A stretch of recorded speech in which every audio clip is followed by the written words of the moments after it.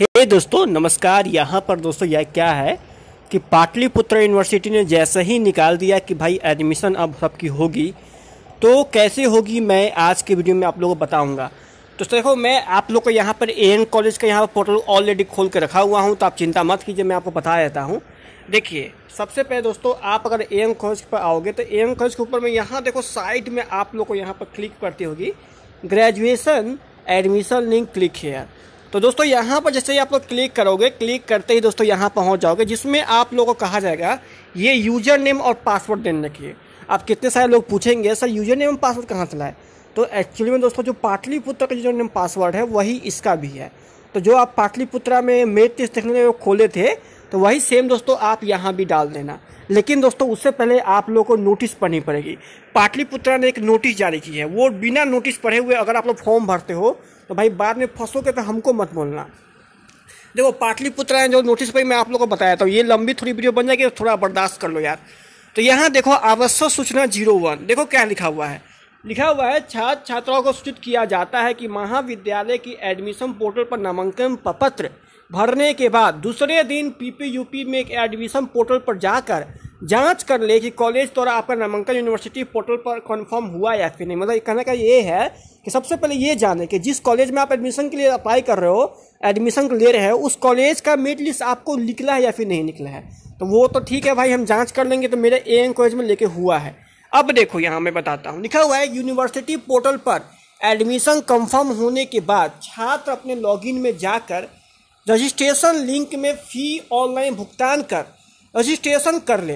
अब यहाँ कह रहा है कि अगर कोई भी छात्र है, अगर वो जाकर पोर्टल से एडमिशन ले लिया तो उसके कुछ दिनों के बाद में फिर से लॉगिन करने के बाद उनको रजिस्ट्रेशन भी एक साथ कर लेनी है, उसका भी पैसा एक साथ लगेगा। ठीक है, तो आप लोग को एडमिशन प्लस रजिस्ट्रेशन दोनों करना है। तो ऐसा नहीं कि बस एडमिशन कर ले निश्चिंत होकर, नहीं भाई, अभी बहुत सारा यहाँ पर अभी प्रोसेस है। तो आप लोग वीडियो पर सब्सक्राइब नहीं करते हो यार, इतना मेहनत करते हो, लाइक कर दो, एक सब्सक्राइब कर दो और शेयर कर दो, ताकि आप लोग को नोटिस भाई मिलते रहे रोशन झा की तरफ से। तो अब मैं यहाँ आता हूँ, तो यहाँ आगे लिखा हुआ है कि फी ऑनलाइन भुगतान करना होगा, किसी को भी कॉलेज आने जरूरत नहीं है, अन्यथा आपका नामांकन अधूरा रह जाएगा और आपका नामांकन रद्द समझा जाएगा।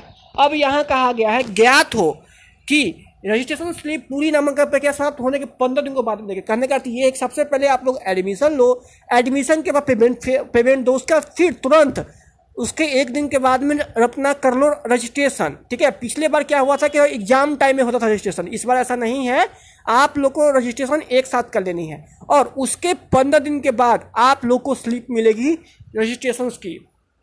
अब आओ, अब यहाँ पर कहा गया है कि ये साथ ही एडमिशन फॉर्म में आपके द्वारा फिलअप किए गए सारे डिटेल्स सही है या फिर नहीं, अच्छी तरह जांच कर ले। यदि कोई गलती रह गई है तो कॉलेज को सूचित कर कॉलेज स्तर से ही सुधार करवा ले। अब देखो यहाँ पे इन्होंने साफ साफ कहा कि अगर एडमिशन लेने में जो पाटलिपुत्रा का नहीं, अगर किसी के मतलब एएन कॉलेज में अप्लाई कर रहे हो, एएन कॉलेज में कोई मिस्टेक आपसे हुआ है, ठीक है, तो वो एएन कॉलेज में जाकर सुधार करवाए। ये काम यहाँ से नहीं होगा, पाटलिपुत्रा से नहीं होगा। अब देखो यहाँ पर कहा गया है आवश्यक सूचना 2, यहाँ पर कहा गया है छात्र एवं छात्राओं को सूचित किया जाता है कि लॉकडाउन में समाप्ति के 15 दिन के अंदर आप अपनी सभी मूल प्रमाण पत्र कॉलेज काउंटर पर आकर वेरिफिकेशन करा ले। मतलब एडमिशन के बाद जब हो जाती है एडमिशन तो उसके 15 दिन के बाद आप लोग को अपने अपने कॉलेज जानी है और जाकर जो जो अपलोड किए रहेंगे इस साइट पर वो सभी डॉक्यूमेंट ले जाकर आपका नामांकन रजिस्ट्रेशन स्वतः रद्द हो जाएगा। अगर नहीं करवाते वेरिफिकेशन तो फिर ऑटोमेटिक रद्द हो जाएगा।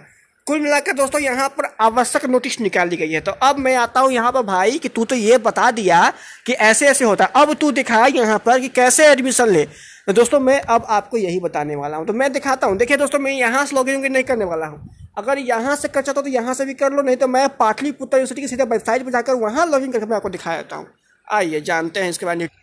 तो अब देखो यहाँ से लॉगिन पेज पर आ गए। अब इसमें क्या है कि एक नया ऑप्शन जोड़ दिया गया है फॉरगेट पासवर्ड का। अगर कोई बंदा फॉरगेट पासवर्ड करना चाहता है कर लो, कोई भूल चुका है, अगर देखो जिनके पास ऑलरेडी पासवर्ड है वो गलती से भी यहाँ फॉरगेट मत करना, फिर प्रॉब्लम हो जाएगी।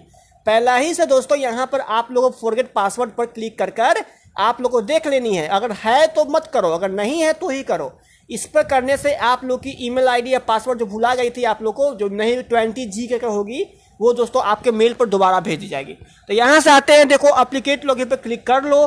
फिर एप्लीकेंट लॉगिन क्लिक करने के बाद में यहाँ पर यूजर नेम पासवर्ड डालो, या तो यहाँ डालो नहीं तो वहाँ डालो, एक ही चीज़ है। तो मैं डालकर लॉगिन करके दिखा देता हूँ। अब देखो दोस्तों यहाँ पर तो मैं आपको लॉगिन कर लिया। अब लॉगिन करने के बाद में आप लोग को यहाँ पर मेरी स्टेटस पर क्लिक कर लेनी है। जैसे इस पर क्लिक करोगे दोस्तों, आप लोग को यहाँ पर इस तरह से खुल कर आ जाएगा और आपको जो भी कॉलेज मिली होगी, ठीक है, उस कॉलेज में सबसे पहले देखो यहाँ पर प्रोसीड फॉर एडमिशन आपको लिखा हुआ मिलेगा। देखो यहाँ किसी को जेजी कॉलेज में हुआ है, तो किसी को यहाँ पर इनको 5वां नंबर कॉलेज पर हुआ है, तो इस तरह से तो आपको मिल जाएगी। तो इसको क्या करना है, अब यहाँ से क्या करना है, आप लोगों की जहाँ पर लिखा हुआ है प्रोसीड फॉर एडमिशन, इस पर दोस्तों क्लिक कर लो। तो क्लिक करते ही आप अब देखो यहाँ पे क्लिक करने के बाद आपको दो ऑप्शन खुल जाती है। एक तो खुलती है http://jgcollege.org.online है, तो view link open in new window. तो यहाँ पर दोस्तों यहाँ पर इसको कर लो visit link open in new window. अब यहाँ पर क्लिक करते ही दोस्तों आपको दो चीज़ मिलेगी। सबसे पहले नीचे आपको नहीं कुछ करना है, यहाँ मिल रहा है online admission 2020 graduation and intermediate. तो दोस्तों यहाँ पर देखो, यहाँ पर दो लिंक खिल के आ रही है दोस्तों। तो आपको क्या करना है, यहाँ पर ग्रेजुएशन पर या फिर इंटरमीडिएट पर, इंटरमीडिएट तो है नहीं, आप लोग को यहाँ पर ग्रेजुएशन पर क्लिक कर लेनी है। जैसे कि इसमें क्लिक करोगे ये आपको खोल के यहाँ पर दे देगा। अब कहेगा यहाँ पर एप्लीकेंट लॉगिन करने के लिए, यहाँ पर आपको कहेगा इंटर रेफरेंस नंबर डालने के लिए। अब भाई ये कौन सा नंबर है, तो मैं आपको दिखाता हूँ यहाँ पे ये कौन सा नंबर है। तो इसमें दोस्तों क्या होता है, आप लोग को जो आपका होता है जैसे 20G का होगा, आप लोग का 20G0083 इस टाइप का होगा दोस्तों, एक्चुअली में वही होता है।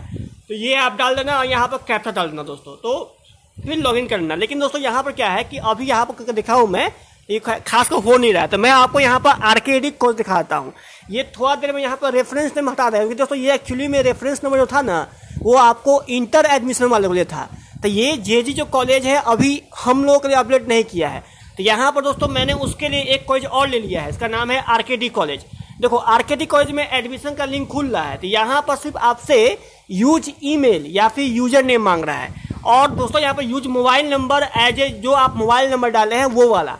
तो आप इसको भी लॉगिन कर दे सकते हैं ना फिलहाल। तो फिलहाल दोस्तों ये यूजर नेम, जैसे किसी का नाम रवीश कुमार है, किसी कुछ है, किसी कुछ है, तो वही नंबर दोस्तों डालना है। और नंबर दोस्तों मोबाइल नंबर वही डालना है जो आप इसमें दिए हैं, ठीक है। तो मैं आपको अब दिखाता हूँ यहाँ पर रीड इंस्ट्रक्शन पर क्लिक कर देखिए, मैं आपको पढ़ाता हूँ पूरी।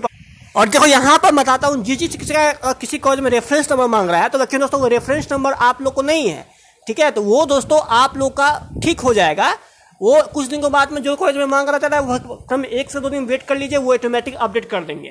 तो यहाँ देखो कहा गया है कि सर्वप्रथम जो भी छात्र छात्राएं हैं वो एडमिशन पोर्टल पर निम्न प्रमाण पत्र स्कैन कर लोड करना ही पड़ेगा, जैसे कि 10th एंड 12th का सबसे पहले marksheet, CLC SLC, migration, EWS, ये सब अपलोड नहीं करते हैं तो फिर आपको दिक्कत हो जाएगा, ठीक है। अब यहाँ पर जो लिखा हुआ है यहाँ पर कि if applicable without the certificate admission not, जिनके पास अगर EWS नहीं है तो फिर उनको जनरल ही मान लिया जाएगा। सही, इसके बारे में यहाँ पर अपडेट दी गई है।